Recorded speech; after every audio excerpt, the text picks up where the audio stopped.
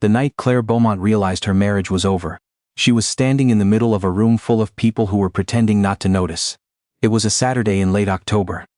One of those evenings in Vancouver when the rain comes sideways and the city glows amber and wet through every window. The Hargrove family had rented out the private dining room at Sequoia, the kind of restaurant where the lighting is always deliberately low, and the wine list is longer than most novels. It was her father-in-law's 75th birthday, and Claire had spent 3 weeks organizing every detail.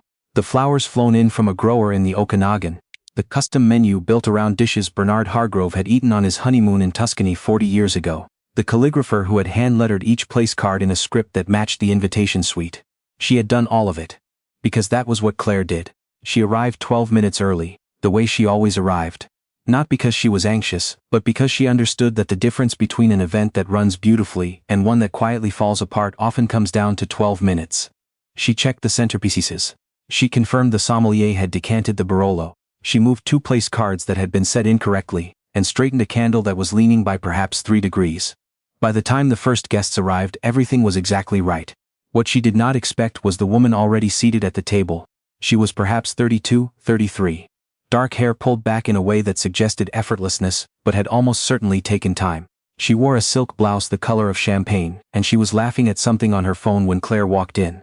The kind of laugh that stops the moment it realizes it has an audience. Claire looked at the place card in front of her, Natalie Rousseau. She didn't know the name. She turned it over in her mind the way you turn over a stone, looking for what might be underneath. A colleague of Bernard's perhaps. A family friend she hadn't met. The Hargroves had a wide orbit, and Claire had never been fully admitted to its center, even after 11 years. Natalie Rousseau smiled. Too wide, too immediate, the smile of someone who had rehearsed it, and said she was a friend of Marcus's. Mars her husband's. Claire said it was lovely to meet her. She meant none of it and suspected Natalie Rousseau knew that, and suspected Natalie Rousseau did not particularly care. Then Claire walked to the bar, ordered a sparkling water with lemon, and stood with her back straight and her face composed while she understood, with a clarity that felt almost physical, exactly what kind of evening this was going to be. She had married Marcus Hargrove 11 years ago in a ceremony at a vineyard in Niagara-on-the-Lake. She had been 31, a partner-track architect at a firm that did mid-rise residential and the occasional civic project. He had been 35, handsome in the particular way of men who have never had to work very hard at being liked, and funny, genuinely funny in those early years. The kind of funny that makes you forgive things you probably shouldn't. His family had money the way some families have furniture. It had simply always been there and they had arranged their lives around it without ever really examining it. His father, Bernard Hargrove, had built a commercial real estate portfolio over 4 decades that now generated more income quarterly than most people saw in a lifetime. His mother, Patricia Hargrove, had never worked outside the home, which she had managed to convert into both a virtue and a weapon simultaneously, depending on who she was talking to. There was also Marcus's younger brother Elliot, who was mostly harmless but had learned early that the safest position in the Hargrove family was slightly behind everyone else, just out of range. Claire had understood from the beginning that she would never be fully one of them. She was the daughter of a high school art teacher from Hamilton and an electrician who had retired early on a bad knee and a good pension. She had gotten where she was through scholarships and stubbornness, and a particular quality of attention that her professors had called precision, and her mother had simply called being difficult. She did not have the Hargrove ease. She did not summer somewhere as a verb. She did not laugh in that particular way they had. Like everything amusing was slightly expected, but she had tried. For 11 years, she had tried. She had left the firm she loved to manage the renovation of the Hargrove family's heritage property in Shaughnessy. A 2-year project that had gone over scope 3 times because Patricia kept changing her mind about the kitchen, and Marcus kept agreeing with her. She had organized every family gathering, every birthday, every anniversary dinner, every Christmas, because it turned out that what the Hargroves actually wanted was someone competent to run the logistics of their lives while they enjoyed them. She had drafted the spatial plans for 2 of Bernard's commercial developments. Pro bono because it was family, because Marcus had asked, because saying no had always seemed to cost more than saying yes. She had told herself this was love. She had told herself this was partnership. She had told herself a lot of things in 11 years, standing at various kitchen counters in various Hargrove properties, refilling glasses and confirming reservations and making everything run. She had been wrong about most of them. The thing about Marcus was that he had never been cruel in ways that were easy to name. He didn't shout. He didn't call her names. He was unfailingly polite in public, the kind of polite that made people say Marcus is so steady, and Claire is lucky to have someone so calm. What he did instead was subtler and, she had come to understand, considerably more effective. He simply excluded her from decisions, from conversations, from the understanding that her input was worth seeking. He would agree with her in private and then defer to his mother in public, without any visible transition, the way water finds the easiest path without seeming to try. He would thank her for organizing things and then fail to mention her contribution when other people complimented the result. He would look through her in a room the way you look through a window. Not unkindly, just completely. And Patricia had always known exactly how to use that. Claire had never had proof of anything. That was the other thing about the Hargroves. They were careful in ways that left no fingerprints. Patricia had never directly said anything dismissive. It was always framed as concern, as helpfulness, as the gentle observation of a woman who simply had more experience. Claire works so hard, doesn't she? I do worry she takes on too much. As if Claire's competence were a symptom of something slightly unfortunate. There had been a night perhaps 4 years ago, when Claire had presented a full redesign proposal for one of Bernard's aging commercial properties. An adaptive reuse concept that would have converted the building into mixed-income housing with ground-floor retail. The kind of project that was becoming increasingly viable with new provincial incentives. She had spent 6 weeks on it. The drawings were precise, the financials were sound. She had laid everything out over dinner, walking them through it page by page. Bernard had listened politely, Patricia had refilled the water glasses, Marcus had looked at his phone twice. At the end Bernard had said he'd think about it, and then he had hired an outside firm 3 months later to develop a similar concept, and nobody had mentioned Claire's proposal again. She had told herself it wasn't about her. She had been wrong about that too.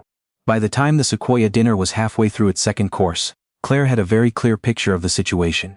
Natalie Rousseau was seated 4 places down from Marcus, which was close enough to suggest familiarity and far enough to preserve deniability. But Claire watched the way Marcus laughed at things. Natalie said before other people at the table had finished processing them. The small half-second advantage of someone who already knows the joke is coming. She watched the way Natalie touched the stem of her wine glass when Marcus spoke, the reflex of someone listening very carefully to a specific voice in a room full of voices.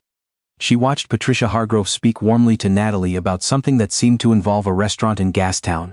The comfortable warmth of someone who had had this conversation before. The picture assembled itself without drama, without any particular moment of revelation. It was simply there, suddenly, the way you sometimes see the shape of something in a pattern of leaves, and once you've seen it you cannot unsee it. Marcus, she noticed, had stopped looking at her entirely. Not the looking through that she had grown accustomed to. Something more deliberate. The careful non-attention of a man who has made a decision and is waiting for someone else to react to it so that the reaction can become the problem. The candle in front of her flickered. She straightened her spine, lifted her wine glass. The Barolo she had chosen, from a vineyard she had researched at a price point she had negotiated, and she took one quiet, deliberate breath. She did not cry. She did not excuse herself to the washroom. She did not grip her fork in a way that might betray what was happening behind her sternum. She simply decided. Not in a dramatic way. Not with any particular thunder. The decision arrived the way the clearest decisions often do, softly, and with complete finality. She was done. She stayed through dessert because she had planned the dessert. A semi-freddo with Okanagan cherry compote, assembled by a pastry chef she had spent 2 weeks finding. She ate it. She answered questions when people asked them. She smiled at Bernard when he made his toast and watched Patricia dab at her eyes with a monogrammed handkerchief, and watched Marcus put his arm around Natalie Rousseau's chair, in a way that was not quite touching her, but was clearly meant to be seen. At the end of the evening, she thanked the staff by name, because she had learned all of their names at the beginning of the evening. She tipped generously from the personal account she had always maintained, even after Marcus had suggested more than once that it was unnecessary. She hugged Bernard and told him happy birthday and meant it, because Bernard at least had never been unkind to her, merely indifferent, which she had come to understand was a Hargrove family trait as ingrained as the cheekbones. Marcus was talking to his brother near the door when she collected her coat. She walked over. She touched his arm because she was not going to be the person who made a scene in a restaurant she had organized. "I'm heading home," she said. "Wonderful evening." He blinked as if he had briefly forgotten she was there. "Right, I'll be a bit longer." "Of course," she said. She did not kiss him goodbye. He did not seem to notice. She walked out into the Vancouver rain and stood on the sidewalk for a moment, feeling the cold water on her face, and thought about how long she had been making things beautiful, for people were not paying attention. Then she flagged a cab because she was not going to stand in the rain any longer than necessary, and she went home. The next 8 weeks were the quietest she had ever worked. The Monday after the dinner she called her friend and former colleague Diane Chen, who was now a senior partner at a family law firm in Yaletown. They had coffee. Claire laid out the situation with the same precision she brought to project timelines. Diane listened without interrupting, which was why Claire had always trusted her. "You're not in a hurry," Diane said finally. That's actually the important thing. I'm not, Claire confirmed. Then let's be careful. She was careful. The first thing she did was establish a clear accounting of what she had contributed to the Hargrove family over 11 years. This was, it turned out, a considerable undertaking, not because the contributions were unclear, but because they had been made casually, incrementally, in the way that things done out of love are often made. Without documentation, without invoices, without any of the paper trails that convert value into evidence. But Claire was an architect. She understood documentation.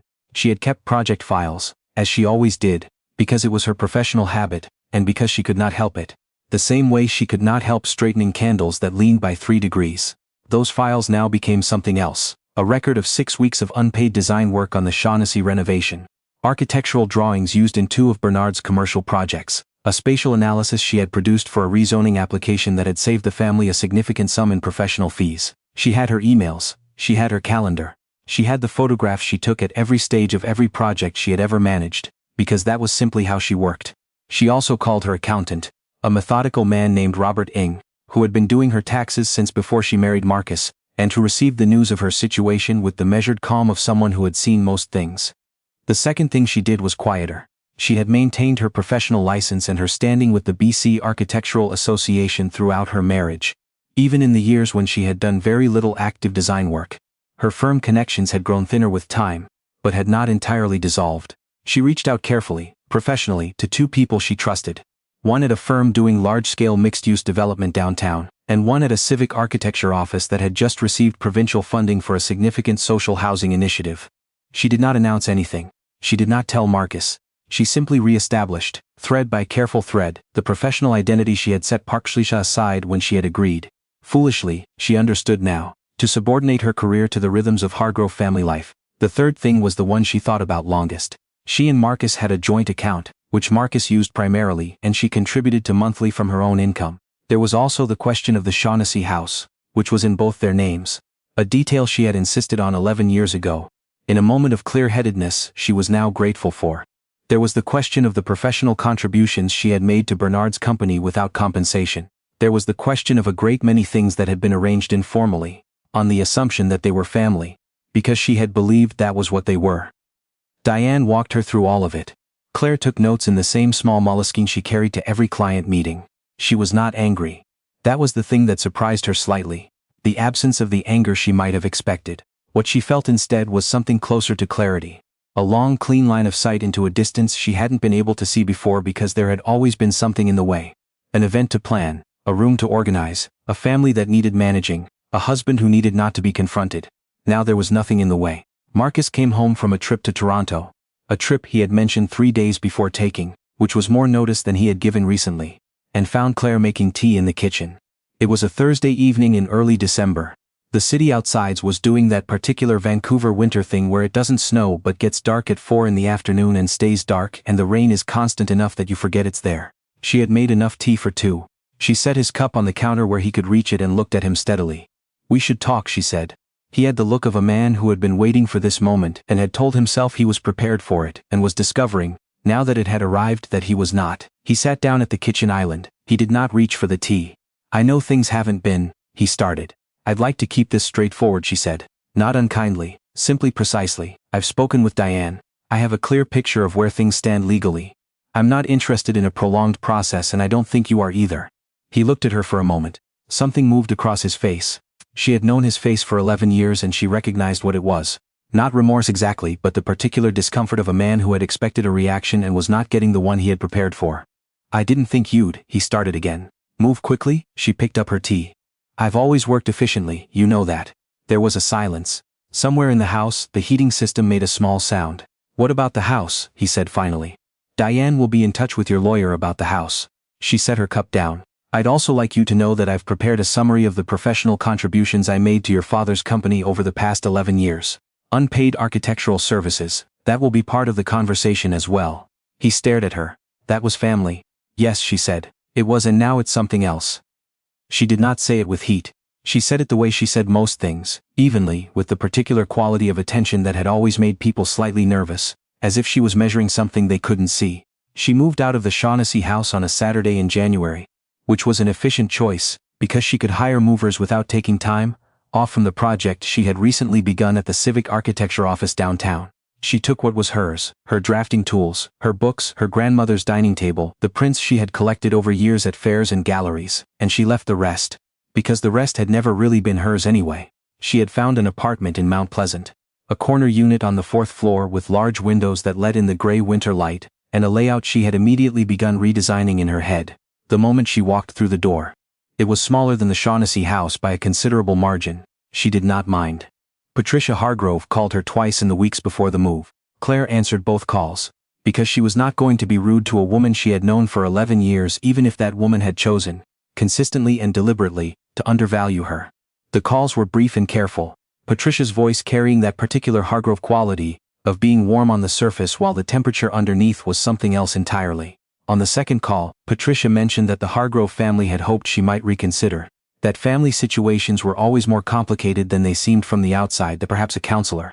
Patricia, Claire said, I appreciate the call, I genuinely do, but I think we both understand what was happening. There was a pause on the other end of the line, the pause of a woman who was not accustomed to being responded to this plainly. I want you to know, Patricia said finally, that we've always considered you family. Claire thought about the proposal she had laid out over dinner 4 years ago, page by careful page, while Marcus looked at his phone. She thought about the evenings she had spent coordinating logistics for events she would never have chosen to attend herself. She thought about Natalie Rousseau at the birthday dinner, seated 4 places from Marcus, touching the stem of her wine glass. Thank you, Claire said. Take care of yourself. She did not call back. The legal process took longer than she would have liked and considerably less long than Marcus's lawyer had suggested it might. The professional contributions documentation was, as Diane had predicted it might be, a complicating factor for the Hargrove side.